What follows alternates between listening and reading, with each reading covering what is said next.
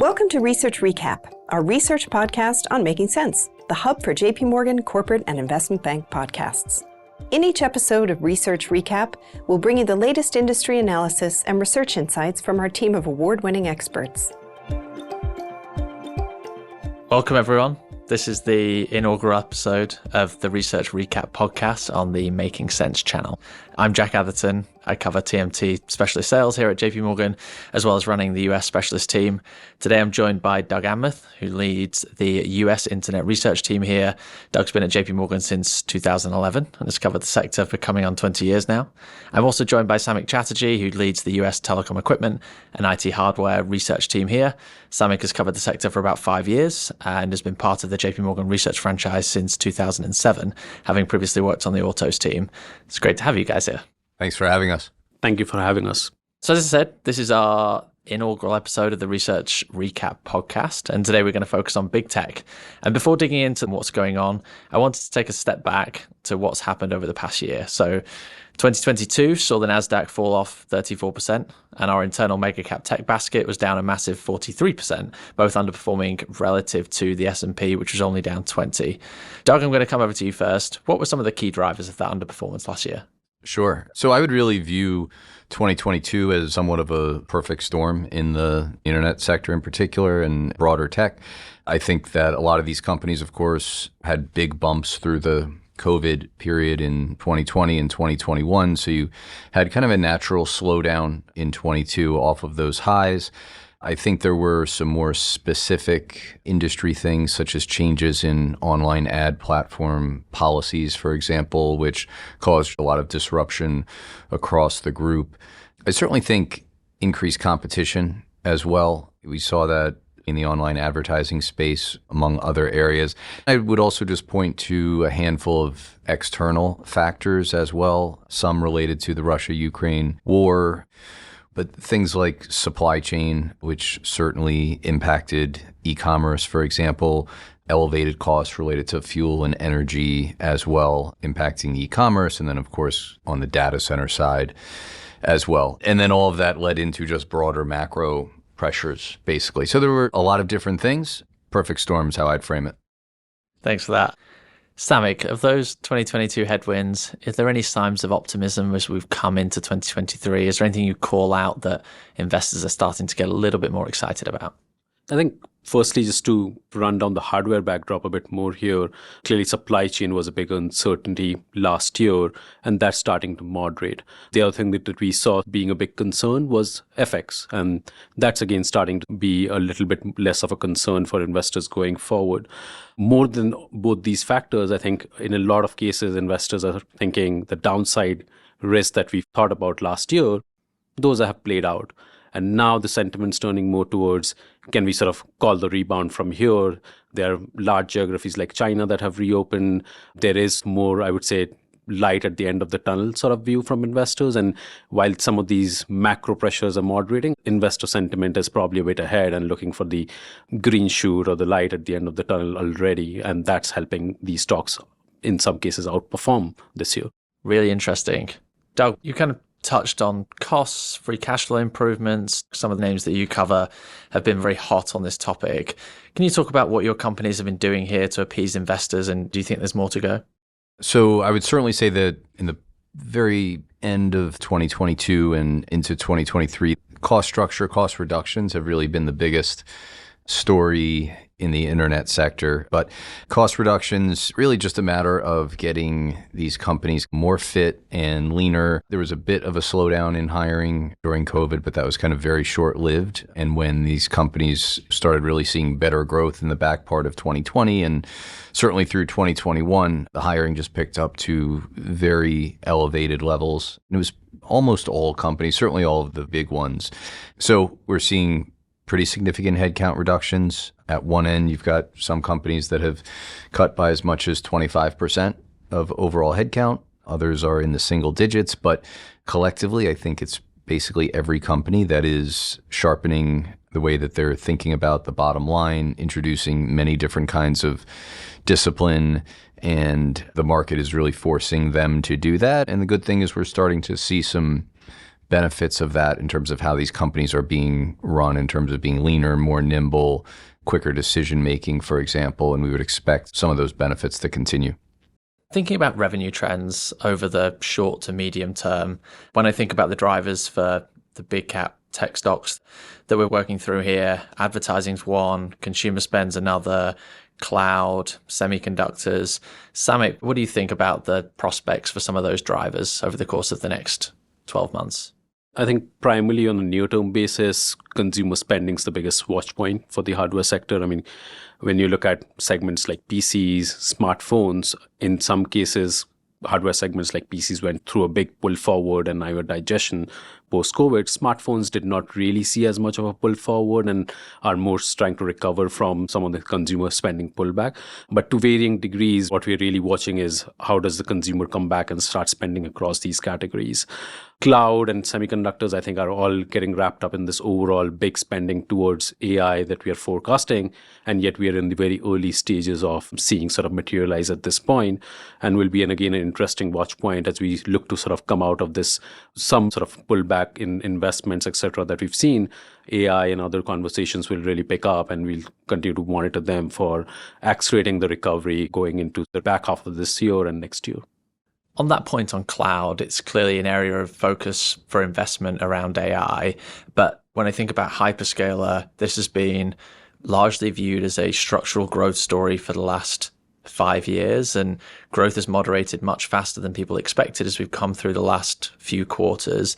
Doug, what do you think's driving that? Is that a short-term blip? Is it something more structural that we need to worry about? We hope it's a short-term blip. We think it's more macro-driven, basically. So I would say there's multiple factors. Macro and the slowdown that we saw last year, a lot of it, I think, coming after the Russia and Ukraine war breaking out and coinciding with just some of those broader macro pressures. But you're seeing companies that need to become more efficient, optimize their spending levels. The way that's translating into cloud is basically that you're seeing a degree of bigger discounting across the group. You're also seeing, for example, international clients where those contracts historically have been priced in US dollars, where those are getting adjusted somewhat because effectively they became more expensive last year. And then I would also say there's kind of trading down in terms of service levels and tiers just to help companies kind of manage through this tougher top-line growth period. We view those as primarily macro-driven, but there are obviously some structural concerns in the market as well, just about the pace and degree to which workloads will move over into the public cloud. So those are some of the pushbacks that you might get to the macro thesis. Makes sense. Samik, as you kind of think out the next medium to long term, next 3 to 5 years, what do you think keeps investors up at night? What's really getting people worried about owning big tech right now? I mean, clearly on the hardware side of things, which I cover, the risks are a bit lower than probably some of the consumer tech, particularly if you focus on Apple. I think just given their large install base that they have a replacement cycle on, you have a lower level of volatility in overall drivers of growth. That said, if you had to pick 2 or 3 things, I think inflation is still a driver, even though it has moderated. And when you think about increase in bill of materials across most consumer tech products and passing that on, particularly in an environment where the consumer is probably a bit more susceptible to price increases, that's definitely raising some concerns about how elastic that demand is going to be. Secondly, I think regulatory risk. Timing, always very difficult to call, but you have to keep that in front and center of your investment thesis on most of these stocks. And thirdly, I would just go back to highlighting the macro backdrop here and saying you do have to monitor consumer spending and how quickly it recovers in certain geographies. China expected to be a big recovery theme, but how quickly it recovers is a big driver when we track international markets. Doug, over to you. Is there anything else you call out risks over the medium term? Yes, I would say there's a few things. So first, I feel like normalized growth rates are still a question. We're still trying to find out what normalized really is as we look across bigger names like Meta and Google, Amazon, companies that grew 20% plus for a long period of time. We certainly think those growth rates are more like 10, 12%, kind of in that range on a normalized basis. So things have adjusted somewhat, but you need those additional drivers of growth. I think another concern would just be the degree of competition we're seeing among mega caps in the tech space. So where companies very much used to stay in their own sandboxes to a large degree, there was some competition, of course, but you've really more recently seen like the Apple platform policy changes have been very disruptive to online advertising, created a lot of pressure on Meta, and of course many other names as well. The AI discussion, which is so heavy right now, really impacts lots of companies in our sector. It impacts search and Google, but then also on the cloud side between Microsoft and Amazon and Google as well.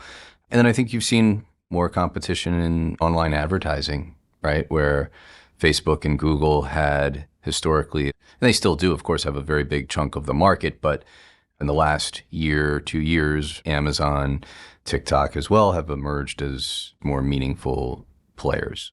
Just coming back to you on AI, you mentioned it as a potential source of concern, but it feels to have replaced crypto and Web3 as the hottest buzzword in tech at the moment. Where should we start to get excited? I think that there's been a lot of focus. Look, we do think it will be massively transformational over time and almost in ways that we can't totally foresee yet. But I think that a lot of people are thinking about this technology as disruptive. And of course, there are ways that it could be to a lot of these companies. But I guess I would tend to look at it a little bit differently, where I think it has the potential to increase opportunities. For example, in search, potentially grow the pie. If results are so good that people might be willing to do more queries, more searches, advertisers might be willing to spend more money for customers who are further down the funnel because they're getting really good results and they're more likely to do a transaction. So I think there will be a lot of opportunities and growth areas that come out of AI over time. Yeah, and I'll just add that from hardware companies, obviously, there's the whole cloud ecosystem enabling AI, but don't forget AI at the edge. When you take a look at a mobile device today, it's computing in your hand. That's going to enable AI inferencing at the edge. Same goes for a PC with a high-end processor. So we do see cloud and AI investments in the cloud probably sort of the first big driver. But when you think about what's already out there in terms of smartphone compute and companies like Apple differentiating with their processor, the next wave after that will definitely be AI at the edge, and companies that support that ecosystem will also stand to benefit. Just a teaser for the next episode of this podcast. It's going to focus on generative AI, and that will come out in a couple of weeks' time. And we'll feature Mark Murphy and Gokul Hariharan. And very quick one before I wrap up. Metaverse, no one's really talking about it anymore. Apple, Meta, obviously both at the center of this debate. Samik, is it something you're getting excited about for any of your coverage, thinking about headsets, or is it too early for that? The excitement seemed to go up pretty quickly, came down pretty quickly, right? So not yet. I would say we're very early days in terms of getting to price points where you can democratize the use of those headsets and get people on a metaverse. I mean, when you look at these devices today, they're pricey. I think there's a lot more push and pull between whether it's a good for a consumer market or enterprise market where you can use them to train employees, etc. These are great to prove out the technology. That's where we are in the technology cycle, prove out what can be done. And then you go down the cost curve and democratize the use of these across more sort of consumers. But I think it takes a bit of time. The excitement is there, but maybe we're pushed out a bit in terms of timeline.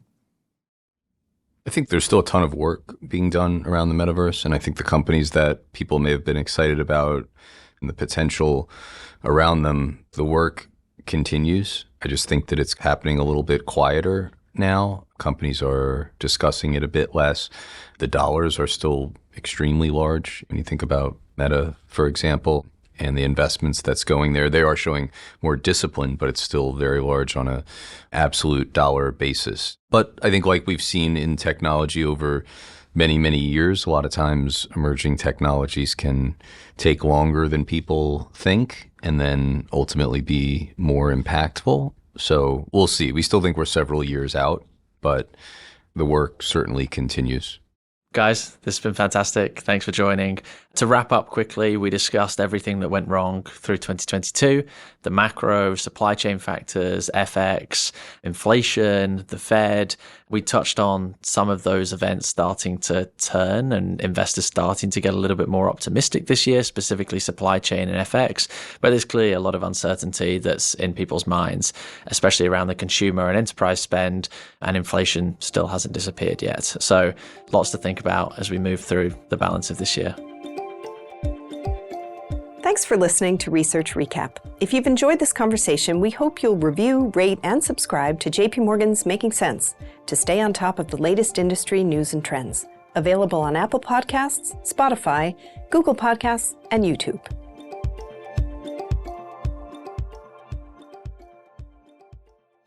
This communication is provided for information purposes only. Please read JP Morgan research reports related to its contents for more information, including important disclosures.